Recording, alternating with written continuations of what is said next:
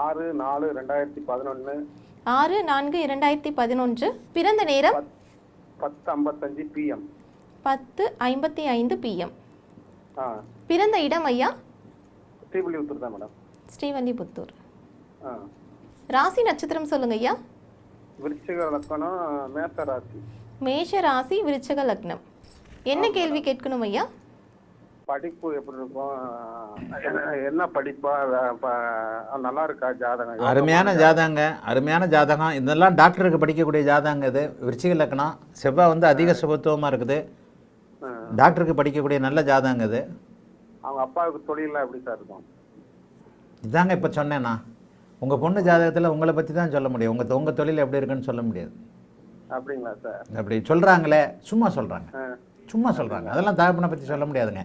ஓரளவுக்கு என்ன சொல்லலாம், தகப்பனார் கஷ்டப்படுறாரு. ஏன்னா தசை அமைப்புகளை வச்சு ஓரளவுக்கு இந்த குழந்தை நன்றாக வளர்க்கப்பட்டு கொண்டிருக்கிறதா, அதாவது சொகுசாக வளர்க்கப்பட்டு கொண்டிருக்கிறதா, இந்த மாதிரியான அமைப்புகளை தான் சொல்ல முடியுமே தவிர, உங்கள் பிள்ளையோட ரத்தத்தை டெஸ்ட் பண்ணி உங்களுக்கு கொரோனா இருக்கான்னு கண்டுபிடிக்க முடியுமா?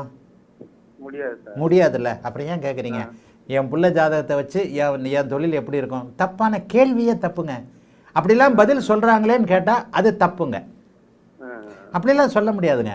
ஓரளவிற்கு உங்களுக்கு உங்களுக்கு ஏதாவது 7 சனி நடக்குதா, குடும்பத்தில் அஷ்டம சனி நடக்குதா, இந்த குழந்தைக்கு 6-8 அமைப்புகளில் இந்த குழந்தை சரியாக வளர்க்கப்படலை, உங்களுக்கு நஷ்டம் இருந்ததுன்னு வைங்க, குழந்தை பாதிக்கப்படும். குழந்தைய சரியாக வளர்க்க முடியாது. கரெக்டா?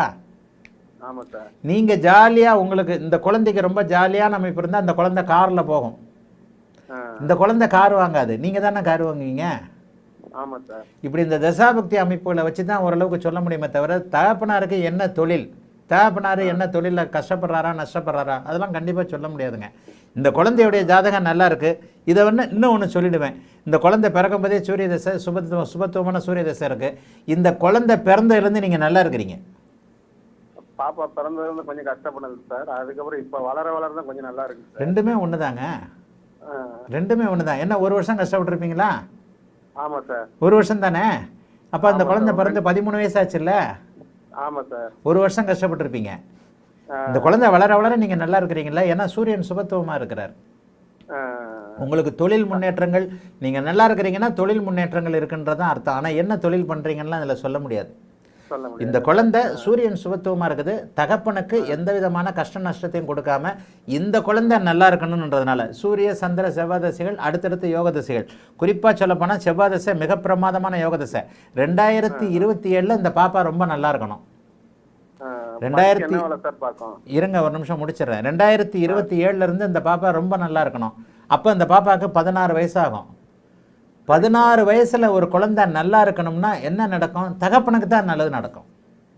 கண்டிப்பா சார். ஏன்னா நீங்க தான் அதை நல்லா வச்சுக்க முடியும், நீங்க தான் அதை நல்லா படிக்க வைக்க முடியும், நீங்க தான் அதை சொந்த வீட்டில் வச்சுக்க முடியும், கார்ல அனுப்ப முடியும். கரெக்டா?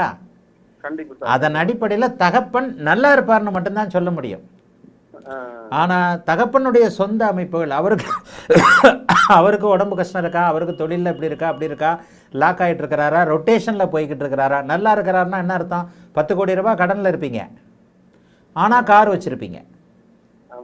அதை பாப்பா ஜாதகத்தில் கண்டுபிடிக்க முடியாது. இந்த குழந்தையுடைய ஜாதகத்தின் அடிப்படையில் எல்லா நிலைமையிலையும் 4ஆம் இடத்துல திக்பலமான சுக்கிரன் இருக்கிறாரு, 5ஆம் இடத்துல இருந்து குரு இருந்து லக்னாதிபதியை சுபத்துவப்படுத்துறாரு. இந்த குழந்தை பிறந்ததுலேருந்து நீங்கள் நல்லா இருக்கிறீங்கன்றதான் உண்மை. யோசிச்சு பாருங்க, அவ்வளோதான். கண்டிப்பா சார். என்ன படிக்கும் சார்? செவ்வாய் தான் அதிக சுபத்துவமாக இருக்குதுங்க. பயாலஜி சம்மந்தப்பட்ட படிப்பு, மருத்துவம் சார்ந்த படிப்பு தாங்க கண்டிப்பாக படிக்கும். விருச்சிக லக்னமாக இருக்கிறனால அங்கே புதன் நீச்சமாக இருக்கிறார், சூரியனோடு இருக்கிறார்.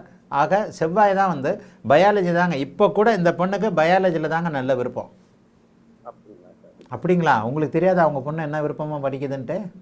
அது டாக்டருக்கு படிக்க போகிறாங்க. ஏங்க அதைத்தாங்க சொல்லிக்கிட்டு டீச்சராக படிக்க போகிறேன். டீச்சராக படிக்க போகிறேன்னு சொல்லுதா? ராசி லக்னத்திற்கு டாக்டருக்கு படிக்க போகிறேன்னு தானங்க சொல்லுது. அதைத்தான் நான் பயாலஜின்னு சொல்லிக்கிட்டு இருக்கேன். அப்படிங்களா? டாக்டருக்கு படிக்கிறது தான் பயாலஜி.